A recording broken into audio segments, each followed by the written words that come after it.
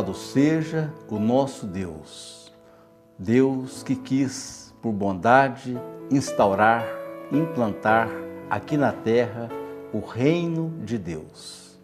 Nossa saudação a todos vocês que nos acompanham neste nosso programa. Eu quero hoje cumprimentar com muito carinho a família do Gabriel de Maravilhas, que eles acompanham o nosso programa. Isso nos dá muita alegria, né? Alegria de conhecer mais Deus, a ação de Deus na vida e nas realidades do povo de Deus. Portanto, a família do Gabriel, o nosso abraço. Quero também falar da ordenação diaconal do seminarista Douglas. Douglas é da paróquia de Igaratinga, de Santo Antônio. Ele reside na comunidade de Limas de Igaratinga. O Douglas, eu o conheci ainda criança, criancinha de escola, e agora será ordenado diácono. Daqui a pouco tempo será o Padre Douglas. Que coisa bonita! Isso nos estimula, né? Nos faz acreditar nessa igreja militante, essa igreja pastoral, né? É muito bom ver jovens se ordenando, fazendo parte da instituição da igreja. Meus irmãos e minhas irmãs, hoje nós queremos refletir com muita alegria a liturgia da palavra do domingo passado, que foi o terceiro domingo do tempo comum. Como são bonitas as liturgias da palavra do início do ano do tempo comum. Por quê? Porque elas coincidem com a ação, com o início da ação ministerial de Cristo. Cristo, com seus 30 anos aproximadamente, começa a fazer a implantação do reino de Deus aqui na terra. E é aí que a gente percebe a bondade de Deus, o interesse de Deus na causa e nas realidades humanas. Vale a pena conhecer essa construção chamada Reino de Deus. Como que isso aconteceu? Nós vimos no Evangelho, você que foi à missa domingo passado, ou na celebração da palavra, ou que refletiu a palavra de Deus domingo passado, percebeu que um fato marcou a ação de Cristo, o início da ação de Cristo, melhor dizendo, foi a prisão de João Batista. João veio antes de Cristo, se manifestou ao mundo antes de Cristo. E João foi preso, né? Interessante a gente pensar por qual motivo João foi preso. Não foi à toa, houve um motivo. Sabe qual que é esse motivo? É que João falava verdades. É que João Batista contrariava as autoridades, os governos da sua época, né? Existia um império famoso, o Império Romano, que era um império de dominação governamental, mas também de dominação, claro. Aliás, sempre os impérios são de dominação, né? E João falava em problema social. Ele falava, por exemplo, quem tiver 2 túnicas, que dê uma para quem não tem. É a questão de partilha, né? Que faça o mesmo com a alimentação, com a comida, que dê comida para quem não tem. São problemas sociais. A gente percebe que João pensava nessas questões sociais. Por isto ele foi preso. Trazendo isto para hoje, podemos perceber, quando a igreja se preocupa com as questões sociais, quando a igreja profeticamente denuncia injustiças, ela continua sendo mal interpretada, continua pagando um preço por isso. Mas João, obediente ao Deus da vida, nos ensinou que é preciso sim mostrar aquilo que é injusto, porque a justiça é essência do reino de Deus. É claro que tudo deve ser feito com temperança, com equilíbrio, mas com determinação. Nós não podemos nos calar diante dos sofrimentos das pessoas, principalmente quando esses sofrimentos nascem das injustiças, da falta de partilha. Então João é preso. E é interessante que assim que João foi preso, Jesus entra em cena. Ele começa a sua ação. É hora de colocar o reino de Deus em evidência. E é interessante a gente perceber que Jesus fala palavras de que João Batista havia falado. Convertei-vos, porque o reino de Deus está próximo, o reino dos céus está chegando. Jesus valoriza aquilo que João havia falado. Coloca para o seu povo, mostra para o seu povo que aquilo era um plano, sim, era um projeto de governo, poderíamos dizer, né? Ou seja, era uma ação divina em favor do homem, dos humanos. Era a grande comunhão do divino com o humano, do humano recebendo do divino a solidariedade, né? A vontade de criar neste mundo um mundo novo e diferente, chamado Reino de Deus. Toda a centralidade da liturgia de domingo passado vai neste caminho, na importância de se criar o Reino de Deus. Nós percebemos também nas leituras de Isaías, né, na primeira leitura, você deve se lembrar, né, Isaías falando sobre isso. Isaías falou essas questões, a questão da esperança nascida, da luz que haveria de iluminar os caminhos do povo, 600 anos antes de Cristo nascer. E é interessante a gente perceber que Isaías viveu na época do exílio da Babilônia, num tempo que o povo estava sofrendo. Nabucodonosor II também foi um imperador, foi um detentor de poder que oprimiu o povo. Então Isaías fala das experiências daquele povo vividas durante o exílio da Babilônia. Mas Isaías vê uma esperança, né? Isaías fala assim: o povo que andava nas trevas viu uma grande luz. Sobre os que habitam o país da escuridão, uma luz resplandeceu. Que coisa bonita. Esperança é coisa boa de se viver. Não uma esperança ilusória, mas uma esperança real, né?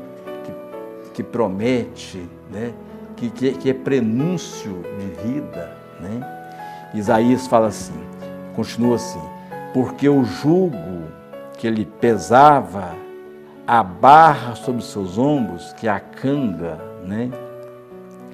A vara de seu opressor, tu os quebraste, como no dia de Madiã. Era então o prenúncio do Cristo, da ação do Cristo. Cristo luz, Cristo salvação, não só da alma. Aliás, existe um grande perigo quando nós achamos que Cristo é salvador só da alma. Não, Cristo é salvador da alma e da vida, dos sofrimentos do povo, né? Das tristezas. Jesus é esperança, né? É salvador, essa luz que ilumina, que dá vida. Aliás, a palavra vida na teologia é tão valorizada. A teologia fiel ao Cristo deve nos conduzir para a valorização da vida, que é a luz. Agora vamos entrar no Cristo. Como que ele começa isso? Né? O Papa Francisco fala assim: para que você entenda o Evangelho, entre nele, faça parte da história. Isso é muito bonito mesmo, é muito pedagógico. Então vamos entrar neste Evangelho, no Evangelho de domingo próximo passado. Porque Jesus está a esperança, está o caminho que deve nos mostrar os valores do reino. Aí tá. Jesus então circulava por toda a Galileia, ensinando na sinagoga, proclamando a boa nova do reino. Jesus mostra para o seu povo, né? Inclusive na sinagoga. Sinagoga era um templo de judeus, judaico, né? Olha que bacana. Jesus não só fala para o seu grupo, mas também para os judeus, embora eles não aceitaram, né? Até hoje o judeu ainda não aceita Jesus como Deus, né? Como Messias, como Deus, o Filho de Deus, né? Mas Jesus fez a sua parte, foi lá no templo deles e avisou: ó, sou eu, Filho de Deus, tal. Mas não aceitaram bem. Jesus proclama a boa nova, a boa notícia. É uma boa notícia quando a gente fica sabendo que uma coisa vai melhorar, que a vida vai melhorar. É claro que a gente fica feliz, né? Então Jesus faz isso, né? E aí ele fala aquela palavra forte de João: convertei-vos, o reino de Deus, o reino dos céus está chegando. Aliás, uma curiosidade bíblica, reino dos céus e reino de Deus, tem uma curiosidade muito interessante nisso. Só Mateus, só o evangelista Mateus, fala reino dos céus. Ele, como judeu, falando para os judeus, ele falou a linguagem compatível com o judaísmo. Então ele fala reino dos céus, né?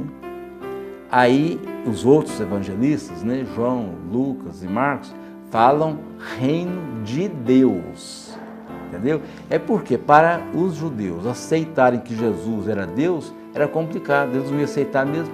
Então Mateus usa a linguagem reino dos céus, mas na verdade é o que os outros evangelistas falam reino de Deus. E caminhando ao longo do lago da Galileia, né, ele viu dois irmãos, Simão, a quem chamava de Pedro, e André, seu irmão. Me encabula a santidade de Jesus nas suas relações com os homens.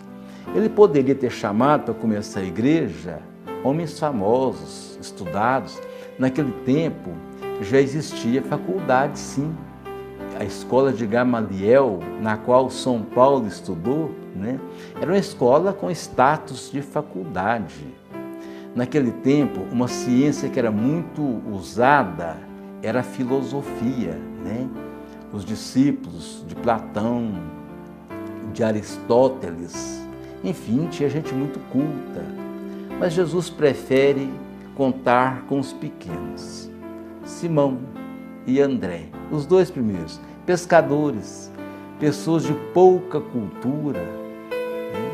Mas Jesus preferiu por ali, por aqueles pequenos, pessoas pequenas da periferia. Foi lá em Cafarnaum, né?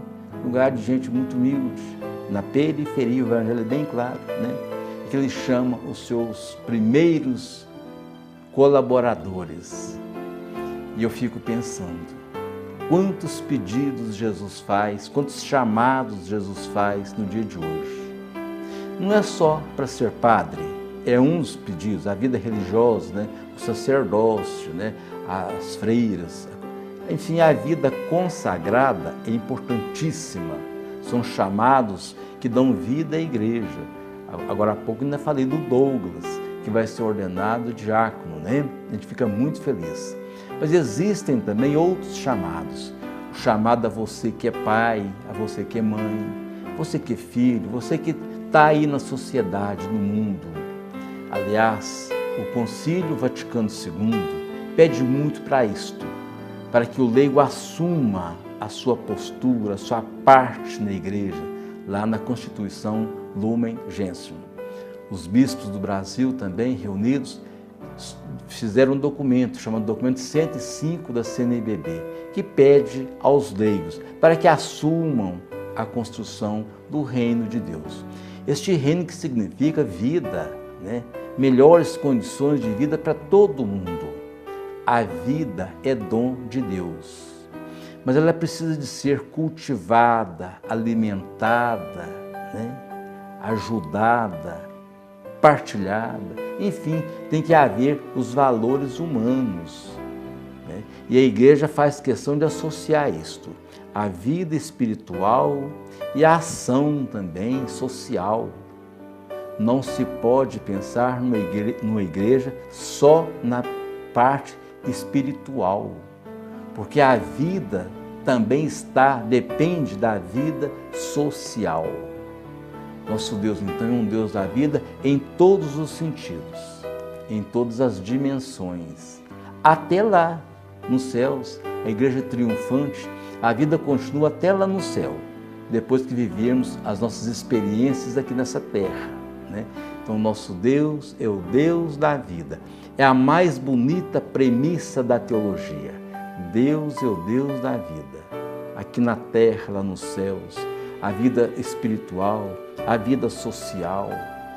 E é nessa igreja que nós estamos vivendo a nossa fé. Somos uma igreja militante. Quer dizer, é um tempo que Deus nos dá para que possamos juntos e fraternalmente construir aqui na terra o seu reino, o reino de Deus. Na próxima semana, na próxima quarta-feira, veremos por outra ótica a beleza do reino de Deus, a partir do Evangelho de Mateus, capítulo 5. Eu te espero quarta-feira que vem, se Deus quiser.